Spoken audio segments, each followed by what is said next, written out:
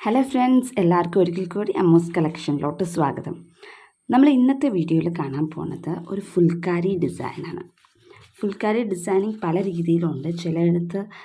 ചില ഡിസൈനിൽ നമുക്ക് കാണാം സാറ്റിൻ സ്റ്റിച്ച് പോലെ തന്നെ ഒരുമിച്ച് തയ്ച്ചു പോകുന്നതിനാണ്, സ്റ്റെപ്പായിട്ട് ഒരുമിച്ച് ഫുൾ സ്റ്റെപ്സും തയ്ച്ചു പോകുന്നതിനാണ് ഫുൾക്കാരി സ്റ്റിച്ച്, അങ്ങനെയും പറയും. അതുപോലെ തന്നെ ഈ ഒരു പാറ്റേൺ ഞാൻ തയ്ക്കുന്നത് എങ്ങനെയാണെന്ന് കാണിച്ചത്. ഇത് സിമ്പിളായിട്ടുള്ള ഒരു ഡിസൈനിങ് ആണ്. പല രീതിയിൽ ഫുൾക്കാരി സ്റ്റിച്ച് എന്ന് പറഞ്ഞാൽ അതിൻ്റെ അണ്ടറിൽ പല സ്റ്റിച്ചസും വരും. നമ്മൾ ചെയ്യുന്ന സാറ്റിൻ സ്റ്റിച്ച്, ചിലർ ചോദിക്കും ഫുൾക്കാരി സ്റ്റിച്ചും സാറ്റിൻ സ്റ്റിച്ചും സെയിം അല്ലേന്ന്.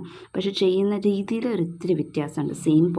സെയിം തന്നെയാണ്, സാറ്റിൻ സ്റ്റിച്ച് പോലെ തന്നെയാണ്, പക്ഷെ ചെയ്യുന്ന രീതിയിൽ വ്യത്യാസമുണ്ട്. നമ്മൾ സാറ്റിൻ സ്റ്റിച്ച് ആണെങ്കിൽ ഒരു പെറ്റിൽ മാത്രം, അല്ലെങ്കിൽ ഇപ്പോൾ ഒരു സ്ക്വയർ ബോക്സ് ആണെങ്കിൽ ആ സ്ക്വയർ ബോക്സ് ഫില്ല് ചെയ്തിട്ടായിരിക്കും നെക്സ്റ്റ് സ്ക്വയർ ബോക്സ് പോകുന്നത്. പക്ഷേ ഫുൾക്കാരി അങ്ങനെയല്ല. എങ്ങനെയാണ് മേൽവശം കാണുന്നത് അതുപോലെ തന്നെയായിരിക്കും അടിവശം കാണുന്നത്. ഒറ്റയടിക്ക് അങ്ങ് തയ്ച്ച് പോകുന്ന കാരണം അതിൻ്റെ ആ ഒരു വ്യത്യാസം കാണാം. നല്ല ഭംഗിയിൽ തന്നെ കാണാൻ പറ്റും. ഫ്രണ്ടും ബാക്കും ഒരുപോലെ തന്നെ ഇരിക്കുന്നത്. അപ്പോൾ ഈ ഒരു ഡിസൈൻ നമുക്ക് സാറ്റിൻ സ്റ്റിച്ച് പോലത്തെ ആ ഒരു സ്റ്റിച്ചല്ല യൂസ് ചെയ്യുന്നത്, വേറെ സ്റ്റിച്ചസാണ് യൂസ് ചെയ്യുന്നത്. അപ്പം അത് നമുക്ക് കണ്ടു നോക്കാം. ഫുൾക്കാരിയുടെ വേറൊരു പ്രത്യേകത നോക്കിയാൽ ബ്രൈറ്റ് കളേഴ്സ് ആയിരിക്കും ചൂസ് ചെയ്യുന്നത്. ഭയങ്കര ഫ്ലൂറസൻ കളേഴ്സ്, ഇങ്ങനെ നല്ല എടുത്ത് നിൽക്കുന്ന കളേഴ്സ് ആയിരിക്കും, കോൺട്രാസ്റ്റ് കളേഴ്സ് ആയിരിക്കും യൂസ് ചെയ്യുന്നത്. അതും 6 strands ഒക്കെ എടുത്ത് നല്ല തെറിച്ച് നിൽക്കുന്ന രീതിയിലായിരിക്കും തയ്ക്കുന്നത്. അപ്പോൾ നമുക്ക് ഈ ഒരു ഡിസൈനാണ് നമ്മൾ തയ്ക്കാൻ പോകുന്നത്. ഇന്ന് ഞാൻ ഈ ഒരു ഡിസൈൻ ഈ ഒരു മെറൂൺ കളർ സാരിയിലോട്ടാണ് നമ്മൾ ട്രാൻസ്ഫർ ചെയ്തിരിക്കുന്നത്. അത് ഞാൻ നോർമൽ പെൻസിൽ വെച്ചിട്ടാണ് ട്രാൻസ്ഫർ ചെയ്തിരിക്കുന്നത്. താഴെ വെച്ചിട്ടുണ്ടെങ്കിൽ നമുക്ക് ക്ലിയർ ആയിട്ട് എല്ലാം കാണാൻ പറ്റും. ഈ ഡിസൈനൊക്കെ നല്ല ക്ലിയർ ആയിട്ട് കാണാൻ പറ്റും. അപ്പോൾ കാർബൺ പേപ്പറിൻ്റെ ഒന്നും ഒരു ആവശ്യമില്ല. ഡാർക്ക് സാരിയാണെന്ന് വെച്ച് പെൻസിൽ തെളിയില്ല എന്ന് വിചാരിക്കേണ്ട, പെൻസിലും തെളിയും. ഇനി എന്തെങ്കിലും ഐസൈറ്റിന് ഇഷ്യൂ ഉള്ള ആൾക്കാർക്കാണെങ്കിൽ വൈറ്റ് കാർബൺ പേപ്പർ യൂസ് ചെയ്ത് ട്രാൻസ്ഫർ ചെയ്യാം. ഇതിപ്പോൾ പെൻസിൽ കൊണ്ട് വരച്ചാൽ ചിലപ്പം തയ്ക്കാൻ നേരത്ത് കാണാൻ പറ്റില്ല എന്നുള്ളൊരു ഇഷ്യൂ ഉണ്ടെങ്കിൽ വൈറ്റ് കാർബൺ പേപ്പർ യൂസ് ചെയ്യാം. അപ്പോൾ നമ്മളിത് തയ്ക്കാനായിട്ട് ആങ്കർ പേൾ കോട്ടൺ ത്രെഡ് തന്നെയാണ് യൂസ് ചെയ്യുന്നത്. പക്ഷേ ഫുൾക്കാരി സ്റ്റിച്ച് തയ്ക്കാനായിട്ട് അവിടുത്തുകാർ നോർത്ത് ഇന്ത്യൻസ് യൂഷ്വലി അങ്ങനത്തെ ത്രെഡ്സ് അല്ല യൂസ് ചെയ്യുന്നത്. അങ്ങനെ ബൾക്കായിട്ട് വരുന്ന ആ ഒരു ത്രെഡാണ് യൂസ് ചെയ്യുന്നത്. അപ്പോൾ ഞാനിവിടെ ആങ്കർ പേൾ ത്രെഡാണ് യൂസ് ചെയ്യുന്നത്. അതിൻ്റെ നമ്പർ 1335 ആണ്. മൾട്ടി ഷെയ്ഡ് ത്രെഡാണ്. ഇതിൻ്റെ അകത്ത് പല ഷെയ്ഡ്സാണ് വരുന്നത്. ഒരു ഗ്രീനിഷ് ഷെയ്ഡുണ്ട്, ലാവൻഡർ ഉണ്ട്, പിങ്ക് ഉണ്ട്, അങ്ങനെ പോകുന്ന ഒരു കളറാണ്, നല്ലൊരു കളറാണ്. അപ്പം ഇതാണ് ഇതിൻ്റെ അകത്ത് എനിക്ക് മാച്ചിങ് ആയിട്ട് തോന്നുന്നത്. അല്ലെങ്കിൽ വൈറ്റാണ് മാച്ചിങ് ആയിട്ട് എനിക്ക് കൂടുതൽ തോന്നിയത്. അല്ലെങ്കിൽ യെല്ലോയിൻ്റെ ഡബിൾ ഷെയ്ഡ് ആയാലും പൊക്കോളും. അപ്പോൾ ഇതാണ് ഞാൻ ഇതിൻ്റെ അകത്ത് എടുത്തിരിക്കുന്നത്. ഈ ഒരു സാരിയിൽ ഫുള്ളും ഈ ബോർഡറിൽ കൂടെ ഒരു 5.5 7 ഇഞ്ച് ഗ്യാപ്പിൻ്റെ അടുത്ത് ഗ്യാപ്പ് വിട്ടിട്ട് ഓരോരോ ഡിസൈനാണ് ബോർഡറിൽ കൂടെ സ്കാറ്റർ ചെയ്ത് നമ്മൾ തയ്ച്ചിരിക്കുന്നത്. അപ്പോൾ ഇതെങ്ങനെയാണ് തയ്ക്കേണ്ടതെന്ന് നോക്കാം. 6 strands ഇട്ടാണ് നമ്മളിവിടെ തയ്ക്കുന്നത്. ആദ്യം തന്നെ ഈ സെൻറ്ററിൽ നിന്ന് നമുക്ക് സ്റ്റാർട്ട് ചെയ്യാം.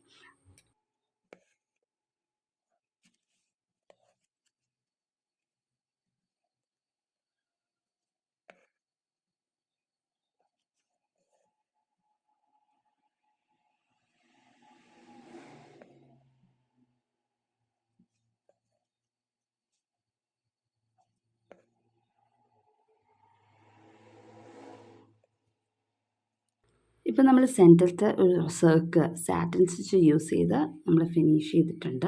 ഇനി നമ്മൾ ചെയ്യാൻ പോണത് അതിൻ്റെ ചുറ്റും ഈ ഡിസൈനിൽ നമ്മൾക്ക് കാണാം, അതിന് ചുറ്റും ഒരു ക്രോസാണ്. ഇങ്ങനെ ക്രോസ് ഡിസൈൻസാണ്, പിന്നെ ക്രോസ് സ്റ്റിച്ചാണ് നമ്മൾ തയ്ക്കാൻ പോണത്. അപ്പോൾ സെയിം അതിൻ്റെ അടിയിൽ കൂടെ തന്നെ നമുക്ക് ക്രോസ് സ്റ്റിച്ച് തയ്ക്കാം. സെയിം ത്രെഡാണ് ഫുൾ ഡിസൈനിൽ നമ്മൾ യൂസ് ചെയ്യുന്നത്. ത്രെഡ് മാറുന്നില്ല. അപ്പോൾ ഇവിടെ നമ്മൾ തയ്ച്ച് നിർത്തി, ഇവിടെ നിന്ന് നമ്മൾ ക്രോസ് തയ്ക്കാൻ തുടങ്ങുകയാണ്.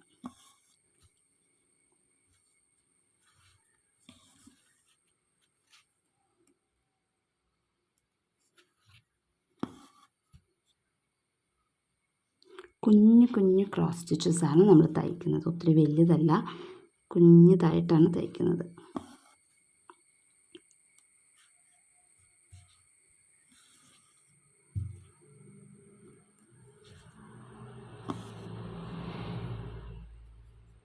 അപ്പോൾ ഇതുപോലെ ഇതിന് ചുറ്റും നമുക്ക് ക്രോസ് തയ്ച്ചെടുക്കാം.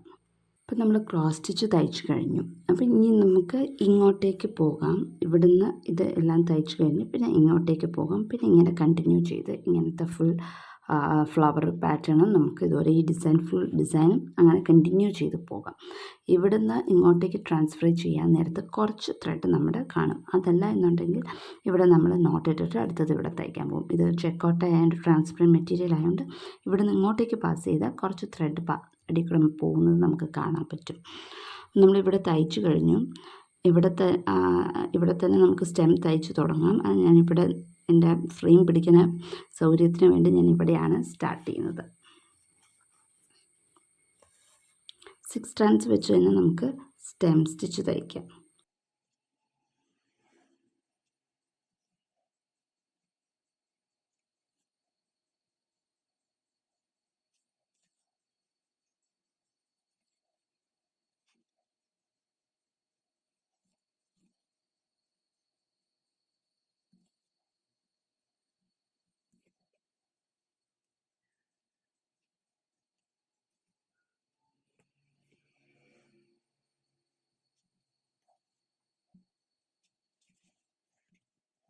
ഇപ്പം നമ്മൾ സ്റ്റെം സ്റ്റിച്ച് തയ്ച്ചു കഴിഞ്ഞിട്ടുണ്ട്. ഇനി ഇതിൻ്റെ മേലത്തെ ആ ഒരു ബഡ് പോലെ നിൽക്കുന്നതാണ് നമ്മൾ തയ്ക്കേണ്ടത്. അപ്പം നമ്മളിവിടെ മേലിൽ നിന്നാണ് എടുക്കുന്നത്. അപ്പോൾ നമുക്കിനി ഈ ഒരു ബഡാണ് തയ്ക്കേണ്ടത്. ബഡ് തയ്ക്കുന്നത് ഈ ഒരു പോയിന്റിൽ നിന്ന് നമ്മുടെ ഇവിടെ എവിടെ സ്റ്റോപ്പ് ചെയ്തു ആ പോയിന്റിൽ നിന്ന് തന്നെ സെൻറ്ററിൽ നിന്ന് നമ്മൾ ഇപ്പുറത്തെ സൈഡിലോട്ട് പോവുകയാണ്.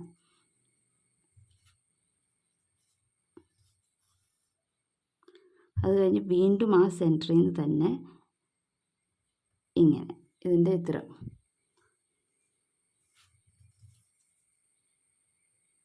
അങ്ങനെയാണ് ഈ ഒരു ബഡ് തയ്ക്കേണ്ടത്. പിന്നെ അതിൻ്റെ താഴത്തോട്ട് അങ്ങനെ ആ സെയിം പോയിന്റിൽ നിന്ന് തന്നെ വേണം എടുക്കാനായിട്ട്. ഇനി ഈ സൈഡിൽ നിന്ന് ഇങ്ങോട്ടേക്ക് നമ്മൾ പോവുകയാണ്, ഇവിടുന്ന് ഇപ്പുറത്തെ സൈഡിലോട്ട്. അപ്പോൾ ഇവിടെ എത്ര വട്ടം നമ്മൾ തയ്ച്ചു? 3 ടൈംസ്. അതുപോലെ തന്നെ ഇപ്പുറത്തെ സൈഡിലും 3 ടൈംസ് തയ്ക്കുക. മൾട്ടി ഷെയ്ഡ് ആയതുകൊണ്ട് ബഡിന് പല കളറും ചിലപ്പോൾ വരും. ആദ്യപ്പോൾ പച്ച കളറാണ് ആദ്യത്തെ സ്റ്റിച്ചിന് വന്നത്, ഗ്രീൻ കളറായിരുന്നു. ഇനിയിപ്പോൾ വരുന്നത് വേറൊരു കളറായിരിക്കും. നമ്മൾ 3 സ്ട്രാൻഡ്സ് തന്നെ 3 വട്ടം സ്ട്രെയിറ്റ് സ്റ്റിച്ച് അപ്പുറത്തെ സൈഡിലും തയ്ക്കുക. അത് കഴിഞ്ഞിട്ട് ഇതിൻ്റെ ഏതെങ്കിലും സൈഡിലോട്ട് വരിക, എന്നിട്ട് വീണ്ടും സ്റ്റെം സ്റ്റിച്ച് തയ്ക്കുക, അടുത്ത ബഡ് തയ്ക്കുക.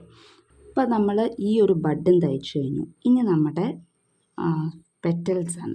പെറ്റൽസ് തയ്ക്കാനായിട്ട് ആദ്യം തന്നെ മേലിൽ നിന്ന് ഞാനിപ്പോൾ ഇവിടെ നിന്ന് ഇങ്ങോട്ടേക്ക് എടുത്തേക്കാണ്. ഇത്രയും പോർഷനൊന്നും വലിക്കുന്നത് നമ്മൾ കാണും കേട്ടോ. താഴത്തോട്ട് ഒരു സ്ട്രെയിറ്റ് സ്റ്റിച്ച് തയ്ച്ചു. ഈ സ്ട്രെയിറ്റ് സ്റ്റിച്ചിൻ്റെ ലെങ്ത്ത് എന്തോരം വേണം എന്നുള്ളത് നമ്മുടെ ഇഷ്ടമാണ്. കുറച്ച് അധികം വേണമെങ്കിൽ അധികം, കുറച്ച് മതിയെങ്കിൽ കുറച്ച്. ഒത്തിരി എടുക്കണ്ട, ഒത്തിരി അധികം എടുത്താൽ അത് ഭംഗി ഉണ്ടാവില്ല. പിന്നെ നമ്മൾ ഫ്ലൈ സ്റ്റിച്ചാണ് തയ്ക്കുന്നത്. അപ്പുറത്തെ സൈഡിൽ നിന്ന് കുത്തിയെടുക്കുന്നു, ഇപ്പുറത്തെ സൈഡ് ഇങ്ങനെ, എന്നിട്ട് ത്രെഡിൻ്റെ നീഡിലിൻ്റെ താഴത്തേക്കുള്ള ത്രെഡ് പാസ് ചെയ്യുക. വി ഷേപ്പ് ഫോം ചെയ്തിട്ട് ഇങ്ങനെ വരച്ചിട്ട് താത്തുക. ഇത് ആദ്യമായിട്ടാണ് ഈ ഫ്ലൈ സ്റ്റിച്ച് ചെയ്യണമെന്നുണ്ടെങ്കിൽ അതിൻ്റെ ആ ഒരു ഫിനിഷിങ് കിട്ടാൻ വേണ്ടി ഞാൻ പറഞ്ഞു തരുന്നതാണ്. എപ്പോഴും പെറ്റലിൻ്റെ നടുക്കേക്കൂടെ ഒരു സ്ട്രെയിറ്റ് ലൈൻ വരയ്ക്കുക. എന്നിട്ട് ആ സ്ട്രെയിറ്റ് ലൈനിൽ തന്നെ എപ്പോഴും ഈ വീൻ്റെ ഇത് സെൻറ്റർ കുത്തി താത്താൻ നോക്കുക. അപ്പം നമുക്ക് ഒന്നിൻ്റെ താഴെ ഒന്നായിട്ട് നല്ല വൃത്തിയായിട്ട് വരും പെറ്റൽ. ചിലവർ തയ്ക്കും, പക്ഷേ ആ ഫിനിഷിങ് കിട്ടത്തില്ല. ഫ്ലൈ സ്റ്റിച്ച് അറിയാമോ എന്ന് ചോദിച്ചാൽ അറിയാം, പക്ഷെ തയ്ക്കുമ്പോൾ ആ ഒരു ഫിനിഷിങ് ഉണ്ടാവില്ല. എല്ലാം സ്ട്രെയിറ്റ് താഴെ വരത്തില്ല. അപ്പോൾ അതിന് ആ ഫിനിഷിങ് കിട്ടാൻ വേണ്ടിയിട്ട് കിട്ടുന്ന അവിടം വരെ ഇതുപോലെ തയ്ച്ചാൽ പിന്നെ അത് യൂസ്ഡ് ആകും. നമ്മൾ തയ്ച്ച് വരുമ്പോൾ അത് യൂസ്ഡ് ആകും. അപ്പോൾ ആദ്യം തന്നെ ഒരു പെറ്റൽ കിട്ടി അതിൻ്റെ സെൻറ്ററിൽ കൂടെ ഒരു ലൈൻ വരയ്ക്കുക. അതിപ്പോൾ ഫിഷ് ബോൺ ആണെങ്കിലും ചെയ്യുമ്പോൾ ഞാൻ പറയാറുണ്ട്, സെൻറ്ററിൽ കൂടെ ഒരു ലൈൻ വരച്ചിട്ട് തയ്ക്കുവാണെങ്കിൽ കൃത്യമായിട്ട് നമുക്ക് പക്ക ഫിനിഷിങ് കിട്ടും. ഇത് ഇങ്ങനെ എടുത്ത് ഇതിങ്ങനെ ചെയ്യാൻ ബുദ്ധിമുട്ടുണ്ടെങ്കിൽ എന്താ ചെയ്യേണ്ടതെന്ന് വെച്ചാൽ വേറൊരു മെത്തേഡും ഉണ്ട്, കാണിച്ചു തരാം. അത് ഇപ്പുറത്തെ 2 സൈഡിലും കുത്തിയിട്ട് ത്രെഡ് വലിച്ചു പിടിച്ചിട്ട് സെൻറ്ററിൽ നീഡിൽ കുത്തിയെടുത്താൽ മതി. ഇതുപോലെ ഇവിടെയും കുത്തുക, ഈ പോയിന്റിൽ നീഡിൽ താത്തുക. എന്നിട്ട് ഇങ്ങനെ വലിക്കുമ്പോൾ മുഴുവൻ ലൂപ്പ് അവിടെ ഫോം ചെയ്തിട്ട് ഇവിടെ നീഡിൽ പൊക്കിയെടുക്കുക. അപ്പോൾ അങ്ങനെ ആയാലും ചെയ്താൽ മതി. അപ്പോൾ ഈ 2 രീതിയിൽ തയ്ക്കാം. ഇതുപോലെ ഒന്നിൻ്റെ താഴെ ഒന്നായിട്ട് കൃത്യമായിട്ട് വരും. ഇപ്പോൾ എൻ്റെ നോക്കുകയാണെങ്കിൽ, ഇപ്പോൾ ഞാൻ തയ്ച്ചേക്കണം നോക്കുകയാണെങ്കിൽ എല്ലാം കൃത്യമായിട്ട് വന്നിട്ടുണ്ട്. അതുപോലെ വരണം, എന്നാലാണ് ആ ഒരു പെറ്റലിന് അതിൻ്റേതായ ഒരു ഫിനിഷിങ് കിട്ടുള്ളൂ കാണുമ്പോൾ. അല്ലെങ്കിൽ ആ ഒരു ഫിനിഷിങ് ഉണ്ടാവില്ല. അപ്പോൾ തയ്ക്കാൻ നേരത്തെ നിങ്ങൾ ശ്രദ്ധിക്കുക.